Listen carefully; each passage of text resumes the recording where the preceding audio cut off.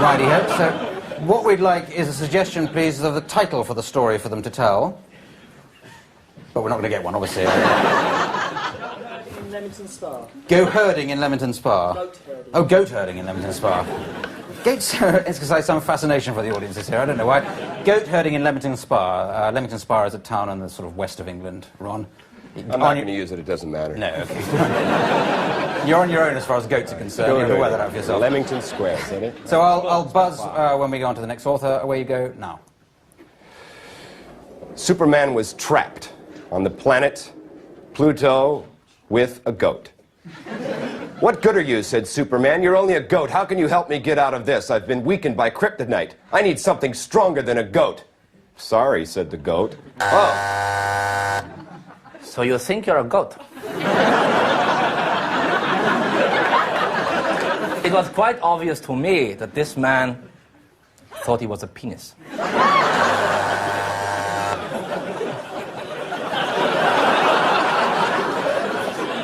As Superman and the goat conversed on the surface of Pluto, they could hear a distant knocking from the graveyard.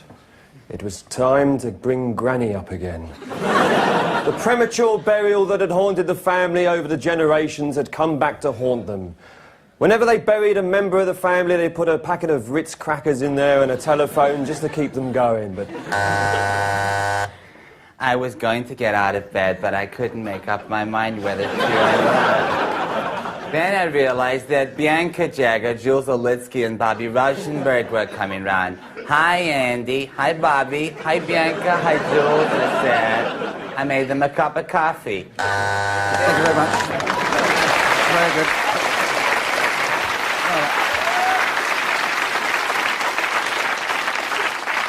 Well, I think I'll give 19 points to everybody there, apart from Jimmy Melville, for lapsing into bad taste so early on. Normally like to wait for the interval before we get to that. But let's move on to the next game, which is called Film and Theatre Styles. They act in pairs in this. First of all, Ron and Paul, can you step forward? I'm going to get you to act out an improvisational scene in just a second, but can we have some different theatre or film styles for them to slot into when we get going? One-woman show. You're trying to help, aren't you? Any easier one? Slapstick, yes. Keystone. What? Oh, I don't think this week, but... What was that one again? Sam Peckinpah. Sam Peckinpah. That's good. I think we're quite enough there. Right, so I'll have to give you a situation, and that is one of you is asking the other for the daughter's hand in marriage. Asking the father for his daughter's hand in marriage. Where you go? You're probably wondering why I've asked to see you, Mr. Hargreaves. You want to marry my daughter?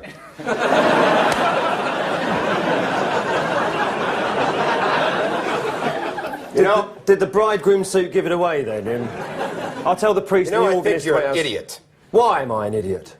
Well, you work in a sewer, for one. I don't want you married... Sam Peckinpah. It may be a sewer to you. That's a gun, isn't it?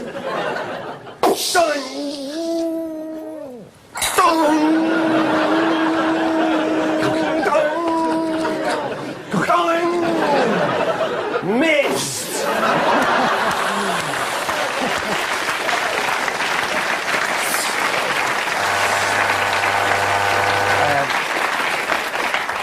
Slapstick and/or Keystone Cops. Oh, you git! Oh! You can't marry my daughter! Why's that? Because this bottle I'm gonna break over your head! How about this seltzer, huh? What seltzer? Oh, here's Put the armchair down! What? The armchair? Yes! Here comes the helicopter! On your head! Watch out for the plane!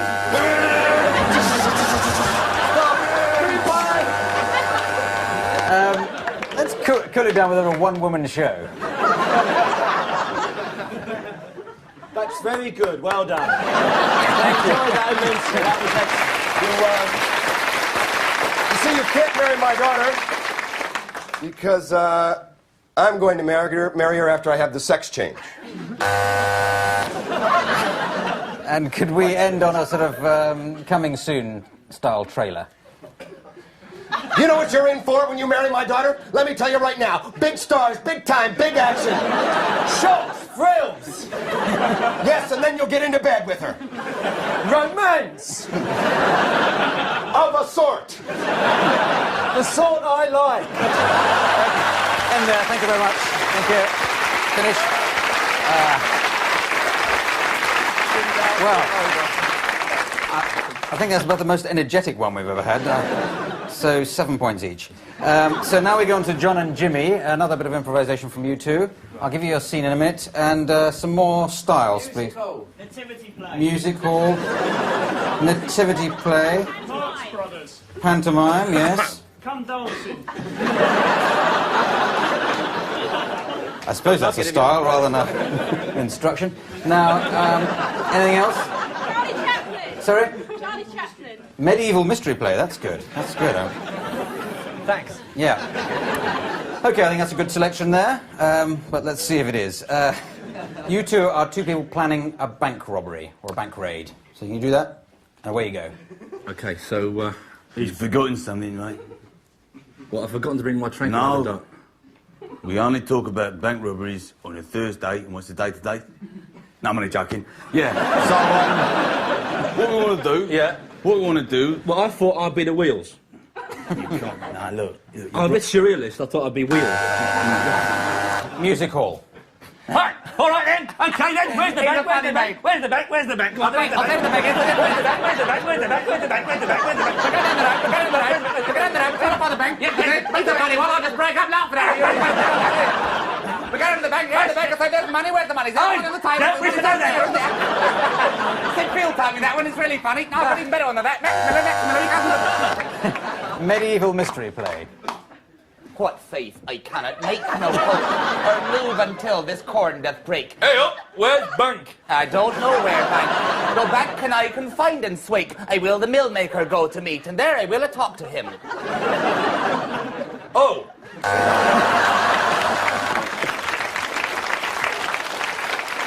Well, I'm sorry to do this to you, but come dancing. Jimmy, you are very good at the bossa nova. We saw you last week, and it was a really interesting dance. Can you go into the bank with that very attractive girl with a very large organza gown and steal £5 million worth of money? Well, I'll try my best, John, but...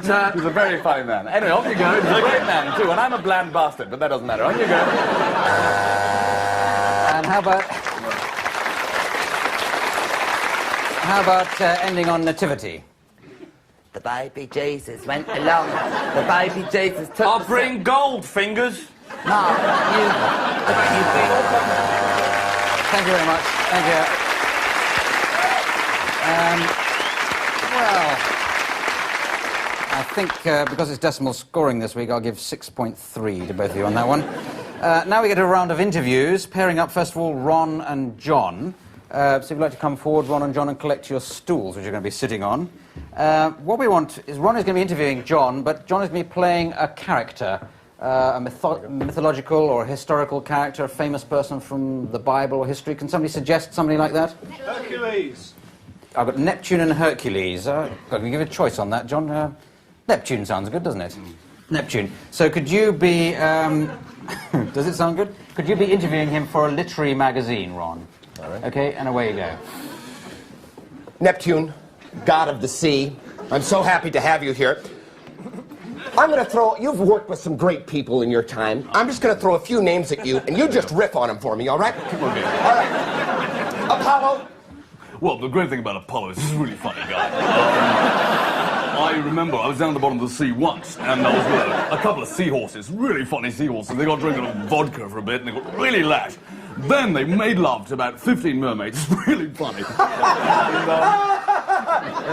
Anyway, but what's exciting about being under the sea is that you get pressure. You work hard, but you can... I've got to ask you about the sea. Yeah. I've got to ask you about the sea Yeah. and the pressure. Would not your job be easier with a submarine? Yeah, but that's...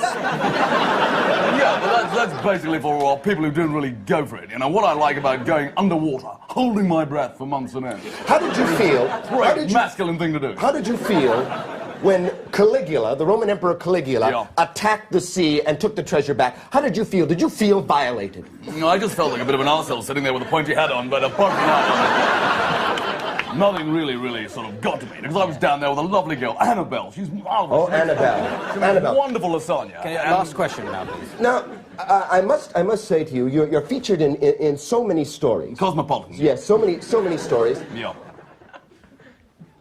I do. Why? I'm a god, so I can read your mind. Why? Yes. And so, of course. Okay, end on that. Thank you very much. Thank you. Leave us. Leave us. Thank you. Well, that's I think 15 points to Ron, and it'll be 14 to John as a point deducted there for taking the stools away, which we need for the next part of this round, which is... yes, Paul and Jimmy are going to do one now. Right. So Paul and Jimmy would like to come forward. Anarchy is breaking out, and it's an exciting part of the show. So another character for Jimmy to pretend to be on this interview. Mary. The Virgin Mary or Claudius. I think Claudius is a good one. You're a classicist, aren't you? Mary would have been quite good. Well, let's not argue about it. Let's have Claudius. And Paul will be interviewing Claudius in the style of a DIY magazine. So, away you go. Now, Claudius, you have been emperor for a number of years now. How would you put together the mahogany bookshelf from the various components that we've shown our viewers earlier? You'd use a drill then, would you?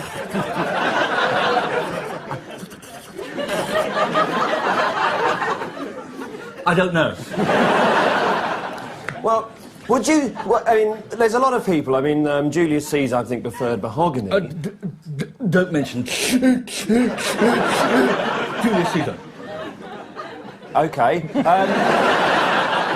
Well, other sort of Roman emperors, they've looked at bookshelves and they prefer to make them out of mahogany. Now, you've gone for teak in this one. Could you tell us...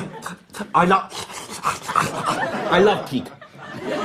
It's easy to wipe the spit off it, isn't it? Yeah.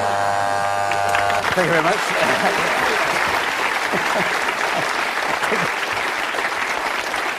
Well, I can't do better than give you 34 points each for that one. In fact, I'll make it 22. Right, now we come to a round called World's Worst. That involves everybody in this, so if all four of you come forward on the World's Worst step. And it's a quick-fire round when you think of as many different examples of the world's worst chat-up line. So away you go, as you think of them. Well, 6 poppadoms, 15 curries, 15 beers, 10 o'clock. You don't sweat much for a fat girl. Oh, the eyebrows are drawn on, is that it? Can I lie on top of you for 20 minutes? I need sex. Here's 400 pounds.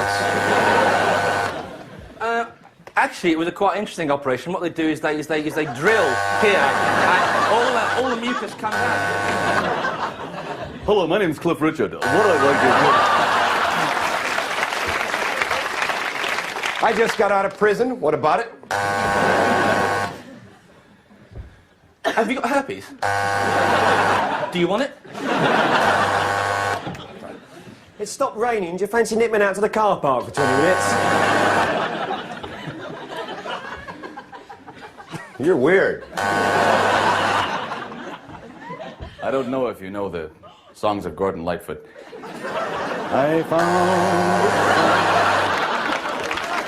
Shut up and let me talk, okay? I don't think looks are everything, do you? I'm an ugly bastard, but I change my underpants every day. I think we'll leave it there, and I'll work out the points of that while we have a break away for some advertisements. See you after that. Bye.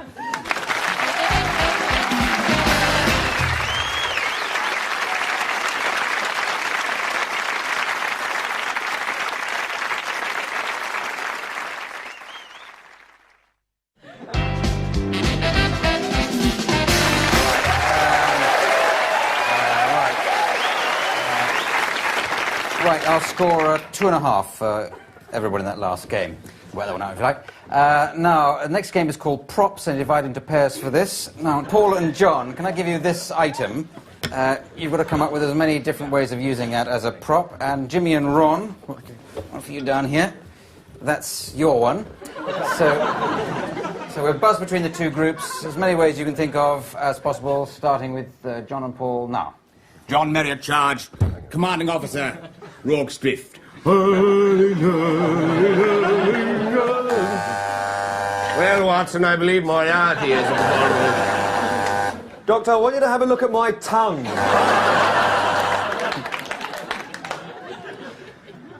I come from a different planet. You've taken a suppository before, I suppose.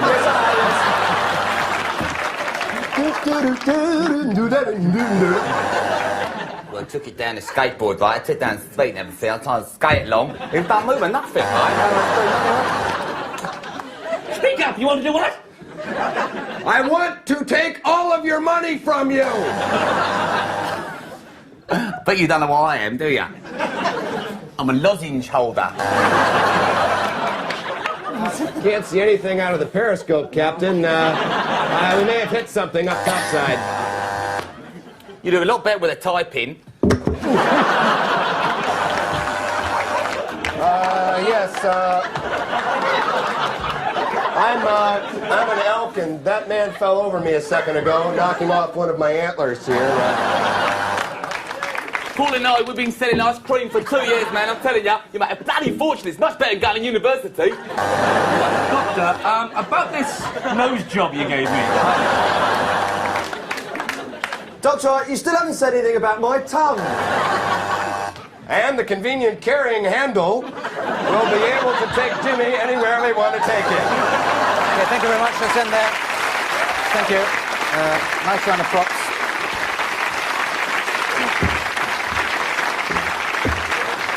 Thank you very much. 27 points for everyone on that one. A very great round of props, if I may say so.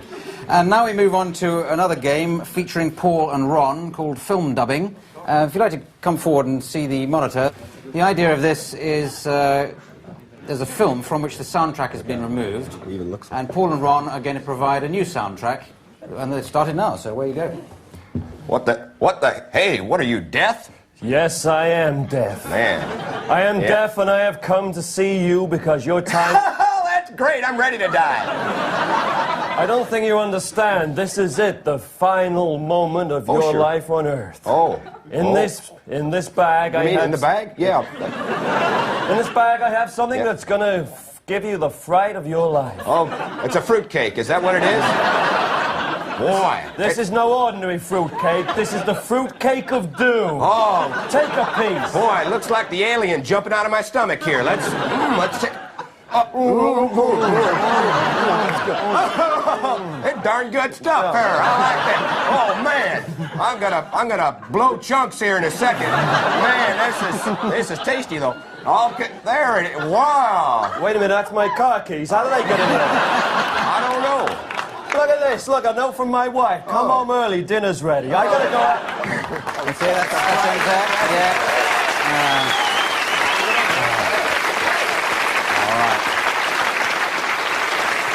Well, that's fairly good, so 1,030 each. Right, we now go to a round called Party Quirks, which features Paul Merton as the host of a party. The others have an envelope in front of them, each of them, with a quirk, a physical characteristic, or a way of behaviour. If you'd all like to look in your envelope, see what it is. And the idea of the game, if you've seen this before, is that Paul has to try and guess what these quirks are in the course of the improvisation. So, you've all seen them. Hopefully not Paul. Come forward, please, Paul, and start your party. Should be good at this by now. They're lining up ready. Party going, is it, Paul? Yep.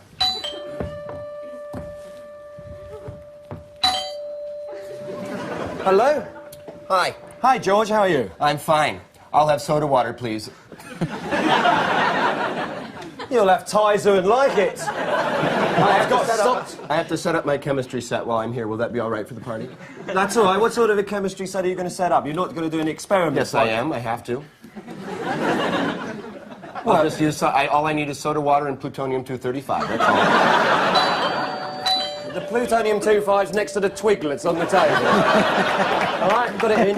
Very good. Hello? I don't normally use the door. You're very privileged. Oh, I will come through the window. Oh, you've come in? Yep. Why don't you normally use the door? What? There are no Iranians around here, are there? No. Pity. There's a bloke next door we're not too sure of, but that's about it. I'll check him out later. Right. Ah, you... Who are you? Hey, I'm telling my mom. Hey, oh, you're weird, mister. He's clean. It's a nice Sten gun that you have there. You're a commander, aren't you? You're A commando. an yes, SAS commander. Yes, I'll give you that. Well done. He was scaring me.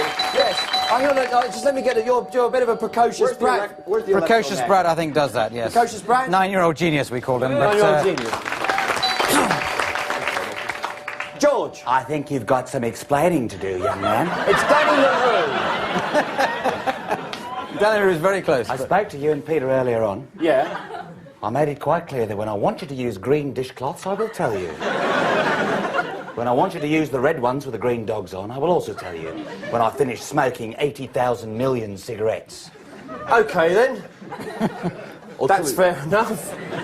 I'll tell you what, mate, what I'd like to know is, you know this sort of dumb, indented look just above my nose? Yes. Was it because somebody hit me in the forehead with a didgeridoo? I don't know.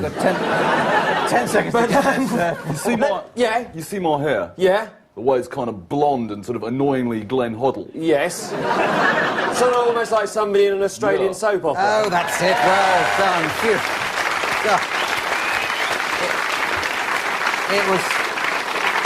It was just getting worrying there, Paul, but you got there. Anyway, that ends the show, and I just have to total up the scores, and I see that, yes, Ron West is this week's winner, so well done to Ron.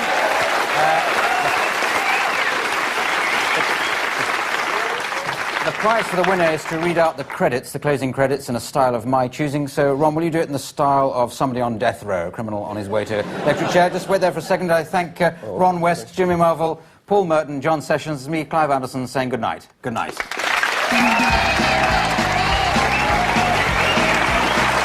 Well, I leave everything I own to Dan Patterson and Mark Levinson. Paul Merton framed me, so did Philip Pope. I'm not going down alone. Roy Easton is a criminal. She's a murderer. Steve Bendelak runs drugs. I'm telling you right now, Joe Thompson runs a house of prostitution. Thurza Philpott works in the house of prostitution. Karen Fletcher, I don't even know who that is. Biff Gardner, she was very nice to me and brought me some food while I was inside. That's good. And Patterson again, he's an imposter. He's an imposter, I'm telling you.